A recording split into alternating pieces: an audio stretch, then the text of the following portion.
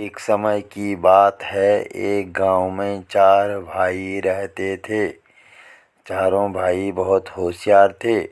उनकी उम्र 15 से 20 वर्ष के बीच थी। एक बार चारों अपने मामा के घर दूसरे गांव जा रहे थे। रास्ते में उन्हें ऊँट के पैरों के निशान दिखाई दिए। थोड़ा आगे चलने पर उन्हें एक व्यक्ति अपनी तरफ आता दिखाई दिया। जब व्यक्ति उनके पास आया तो उसने चारों भाइयों से पूछा, मेरा ऊँट कहीं खो गया है, क्या तुम्हें आसपास ऊँट कहीं दिखलाई दे रहा है? चारों भाई में सबसे बड़े भाई ने पूछा, क्या ऊँट का एक पैर टूटा है? तभी दूसरा भाई बोला, क्या ऊँट की पूँछ कटी हुई है? फिर तीसरा भाई बोला, क्या ऊँट एक आँख से काना है? फिर चौथा भाई बोला, और उसके ऊपर गेहूँ रखे हुए हैं। बच्चों की बात सुनकर ऊँट के मालिक को लगा कि अवश्य ही इन बच्चों ने उसके ऊँट को देखा है। उसने झट से बच्चों से पूछा, बच्चों बतलाओ मेरा ऊँट कहाँ है? तभी चारों ने उत्तर दिया, हमने ऊँट नहीं देखा।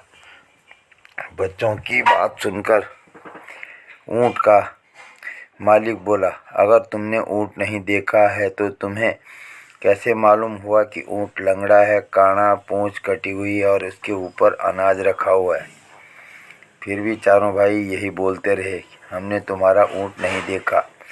ऊँट के मालिक को चारों भाइयों पर शक हुआ कि इन्होंने ही ऊँट चुराया है। ऊँट का मालिक चारों भाइयों की शिकायत लेकर राजा के पास पहुंचा और राजा से शिकायत करते हुए बोला, महाराज मेरा ऊँट कहीं गुम हो गया है और इन चारों भाइयों ने मेरे ऊँट का हुलिया बताया है, किंतु ये कहते हैं कि हमने तुम्हारा ऊँट नहीं देखा।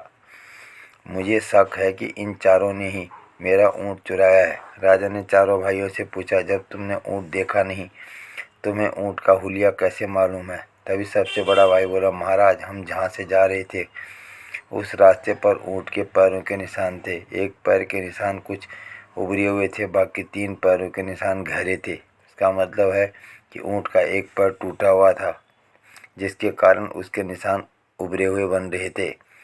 दूसरे भाई ने कहा, महाराज ऊँट की पूँछ कटी हुई होने का संदेह इसलिए हुआ क्योंकि वह जहाँ ऊँट के पैरों के निशान थे वहाँ ऊँट का गोबर बिखरा हुआ नहीं था।